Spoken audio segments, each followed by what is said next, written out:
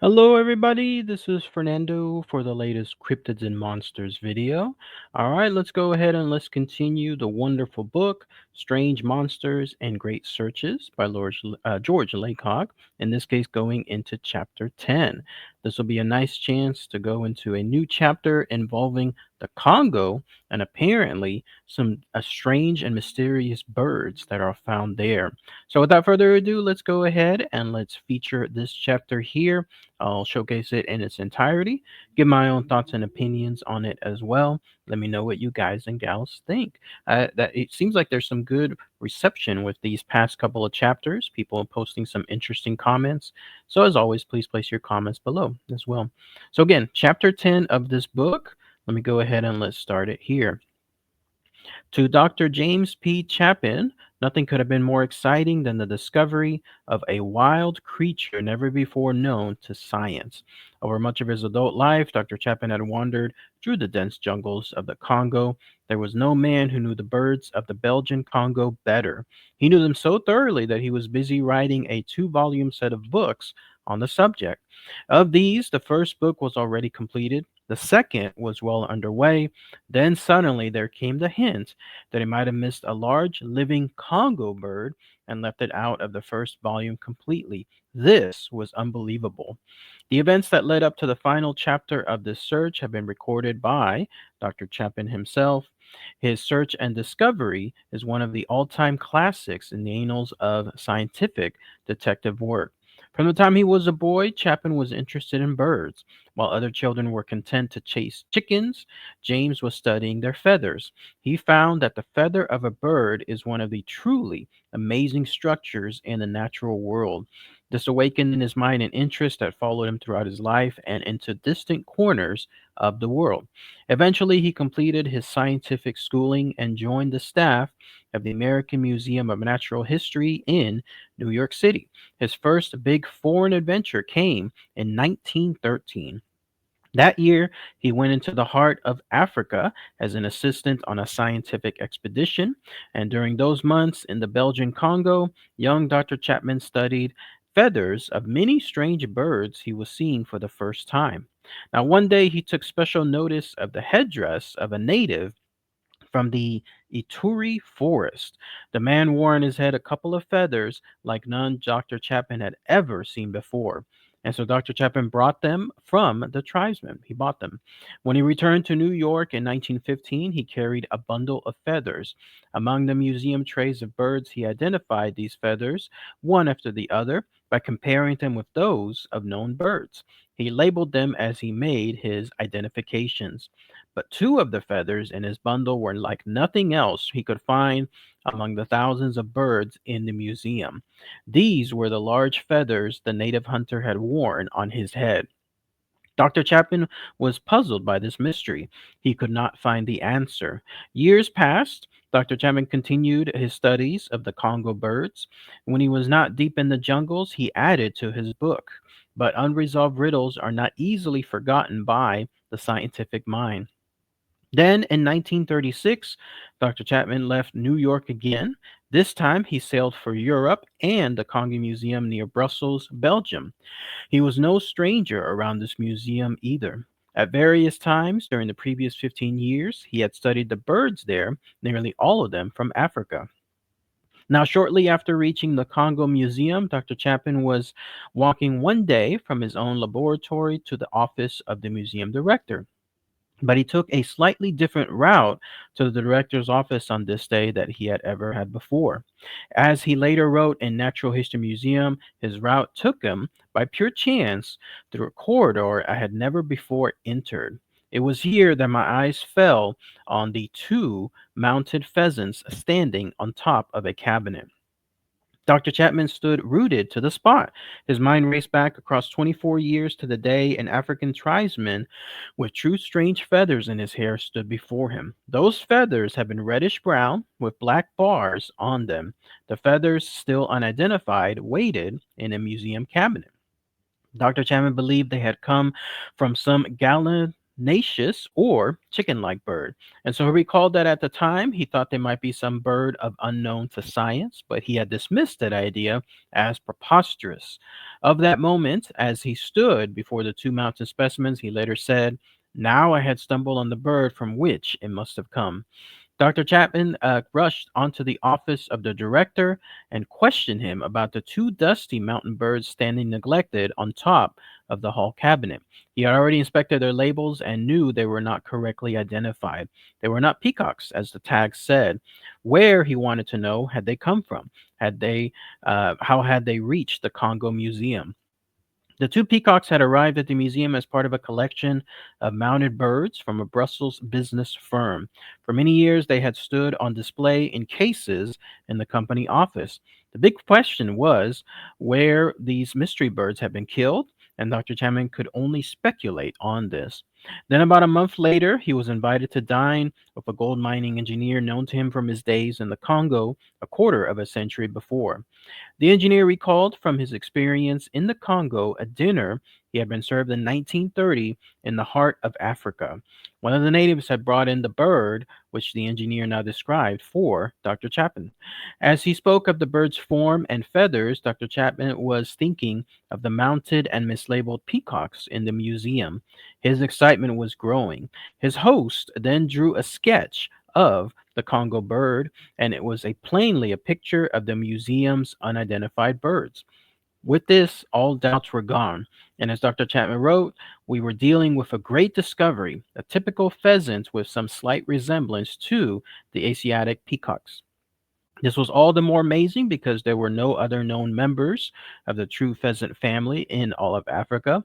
But for Dr. Chapman, the research was only getting underway. Several years had passed since the engineer friend had feasted on the strange bird. Next, the world of science would have to find the birds living in the wild Congo forest. Only then would the strange search be completed and the proof be absolute. This would mean another trip to the Congo to search for the newly discovered bird, and Dr. Chapman began at once to plan such a journey. Had others seen the strange new bird or heard about it, Dr. Chapman wrote a brief article and it was reprinted in Africa. Such an announcement is likely to bring in a wide variety of reports. Most people would like to play a part in the discovery of a new wild creature. Few, however, have the training or experience to know the common from the uncommon. Dr. Chapman expected to hear from people who mistook other birds for the Congo pheasant, and he did, but he also obtained a few leads that he knew he should follow. One came from a policeman who said he had once shot one of the birds. What's more, he had the bird mounted. It was now in the possession of his sister in Belgium. In due time, the specimen arrived at the museum, and it was indeed one of the strange pheasants. Finally, on the edge of the jungle country in the Congo, where he was certain the birds must live, Dr. Chapman began his own hunting. Friends had sent to him a skilled native hunter, a man who knew all the creatures of the woods, including, he said, the strange pheasant which Dr. Chapman had come so far to find. During the days that followed, the two men, one from Africa and the other from the Congo, walked through the forests alert for a sign of the bird. They stopped often to listen and look and searched one forded slope after the other. The hours wore on and the days passed. Then Dr. Chapman's luck turned for the better. The morning had been rainy, Dr. Chapman said. The afternoon was very dark, and at 5:20 we had just started homeward. We were ascending a slope when I saw something dark running through the low bushes ahead.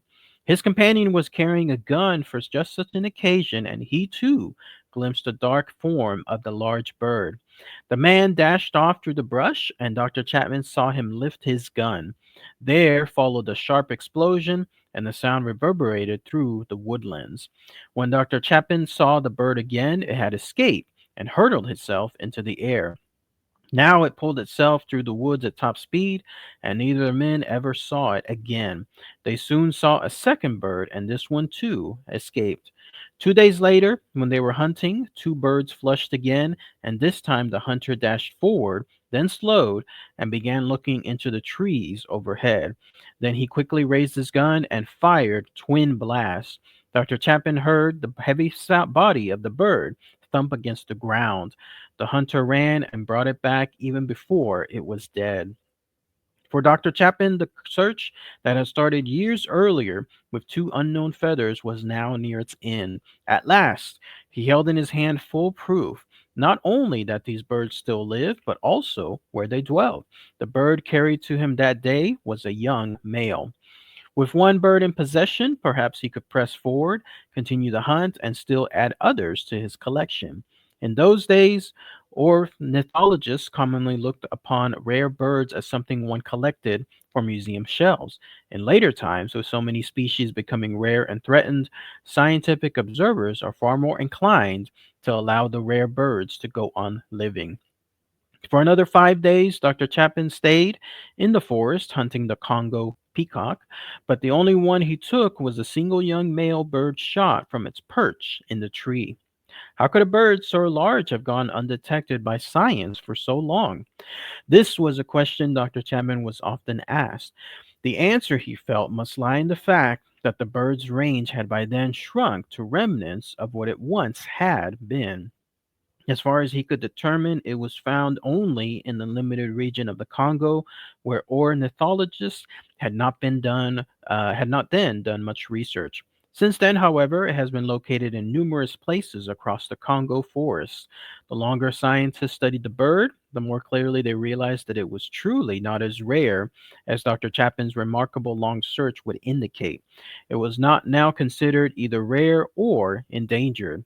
Besides, gallinaceous birds, to which the Congo pheasant belongs, are easily raised in captivity, and a number of zoos far from the bird's native Congo now have stocks of these birds. For all those who seek to unravel the threads of evidence running through the cloth of natural history, there is a lesson in the long trail followed by Dr. Chapin as he pieced together the story of the Congo peacock. There are still mysteries to ponder, hidden trails to explore, questions to ask. No one can know for certain that all the strange creatures have yet been discovered, and the perpetual promise of another unknown keeps restless observers watching both sides of the trails as they walk and study the feathers worn by native hunters that they meet. Then that's it. That's everything associated with Chapter 10. Once again, from the book Strange Monsters and Great Searches by George Laycock. So let's go ahead and let's talk about that here. Interesting chapter. So here you have a situation where, long story short, TLDR version is this Dr. James P. Chapman went on a hunt for something that he thought was rare, at least to him.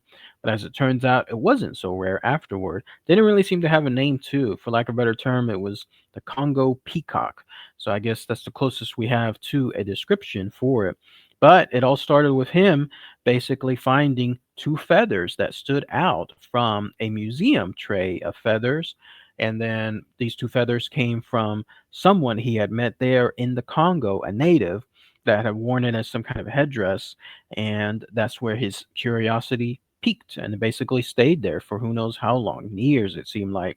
And to that very day, to that time period, he was on a mission, on a path to be able to find out where these particular feathers came from. And then lo and behold, it looks like the next step was at another museum across the world in Belgium. It just happened to be with some birds that were gathering dust, mounted, it looked like on some type of hall cabinet of sorts. Interesting how that happens in this world, right? A lot of times you're looking for something and it's basically right there out in the open. So he saw them and then he got to another point to see what the status was of those birds, at least where they were and where they came from. Sure enough, they pointed back over to the Congo. So he decided to do another trip over there. And then that's where he was able to get more information. Interesting that at one point, these birds were also there as dinner. I guess they were being served to an engineer in the Congo there at a dinner sometime in 1930, and maybe a delicacy of sorts.